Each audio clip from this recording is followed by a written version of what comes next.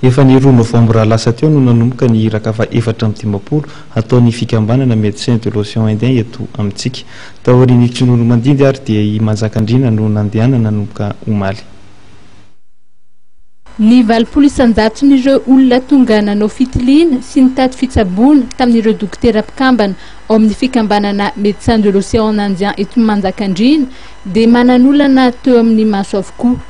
Nanomboka omaly tokoa mantsy ity iraka ataon'ny fikambanana ity tao amin'izany distrika izany.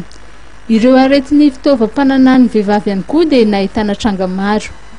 80% zany dia maso amin'izao marary. Mazava ho azy amin'izao fotoana zao zany tsy resaka écran. Manomboka amin'ny Facebook io. Facebook misy impact amin'ny maso reo. Ny télé misy impact reo, ny PlayStation misy impact reo. Dia ny sakafo loatra même temps.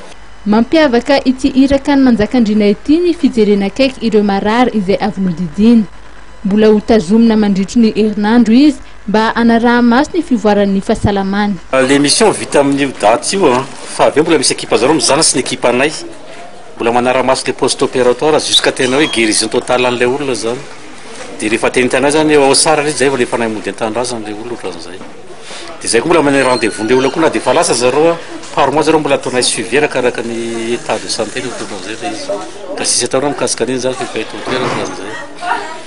Le zavatra io zany tena hoe miara-miasa ny piralahiana izy zareo rehetra io. Donc mandeha tsara zany le fomba fiasany. Mandritra ity iraka fa 450 ataon'ny fikambanana Médecins de l'Océan Indien eto amintsika ity dia olona 7 hatramin'ny 20 no andrasana. Mialohan'ity fandalovany any Manjakandriana ity dia efa tany Tsinolo Mandidy ity délégation nahitana mpitsabo mpandidy, mpitsabo maso sy fo.